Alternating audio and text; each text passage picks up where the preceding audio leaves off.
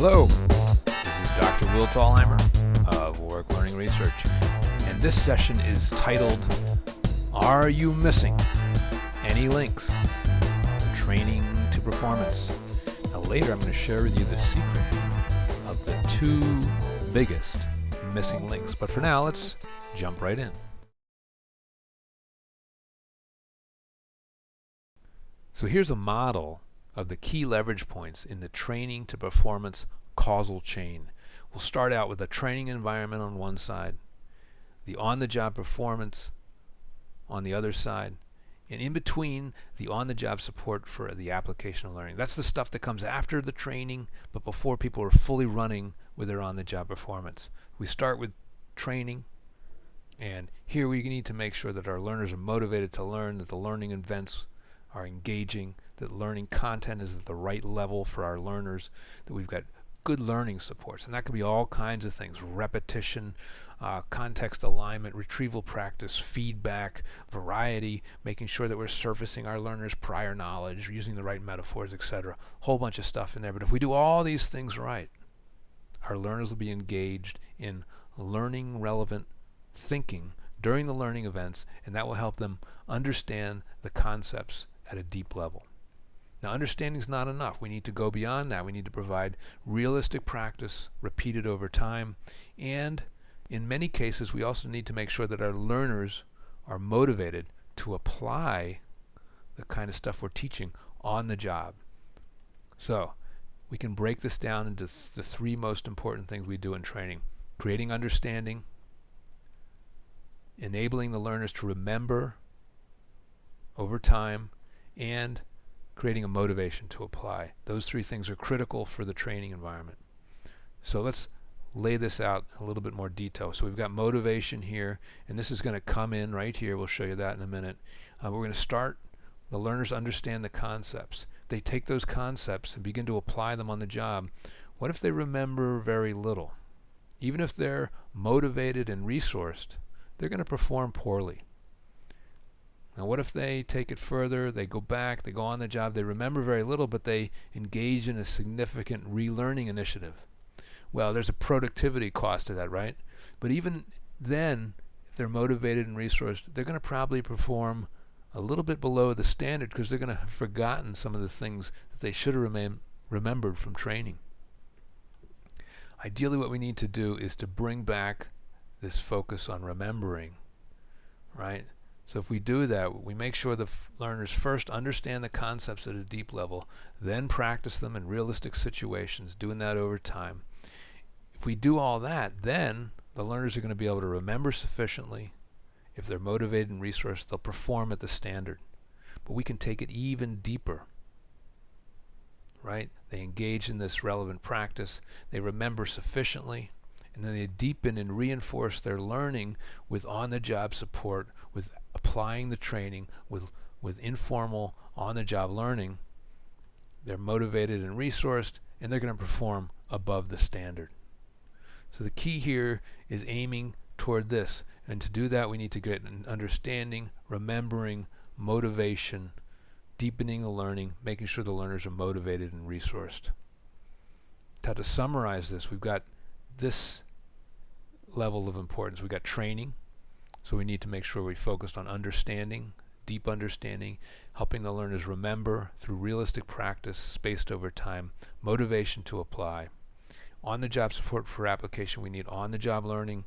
We've got to make sure the learners have motivation and the resourcing they need to put things into practice on the job.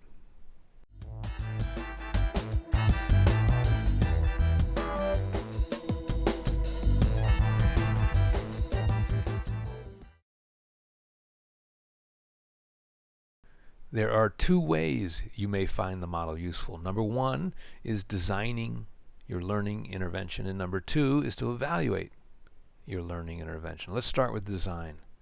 In design, what we'd like to do is to create a fully landscaped learning intervention. And what that means is not just focusing on the training side, not just focusing on the job support side, but looking at the big picture, looking at the full landscape of learning to figure out how to make sure that that learning turns into performance. So to do this, we got to start with making sure the learners understand the concepts. And there's a lot we need to do there, utilizing all the research basis, all the practical knowledge we have. We do that fairly well. Where we tend to miss out is ensuring that our learners are remembering the things that they've learned, and forgetting that we also sometimes need to make sure that we're doing extra things to make sure that the learners are motivated to apply it back on the job. But in addition to the training, we got to look at on-the-job support as well, and particularly deepening and reinforcing learning. And in addition to that, to make sure that the learners are motivated and resourced. And here, in that big block here, what we tend to forget is that we, as learning professionals, don't always have as much leverage over that block as we like. We really need to bring in our business partners to support that, to make sure that the whole thing is working together. Now, we can also use this model to help us explain our evaluation design. For example, when they ask us the legitimate question, why do you need to go beyond smile sheets, we can say, because we need to find out whether learners can actually make decisions and do realistic tasks on the job. When they ask us, why do you need to provide delayed assessments, we can say, because we need to assess remembering, and because we need to see how the learners are doing in applying the learning to their actual jobs. When they ask us, why do you need to assess the full causal chain from training to performance, we can say this: because the full causal chain is what matters.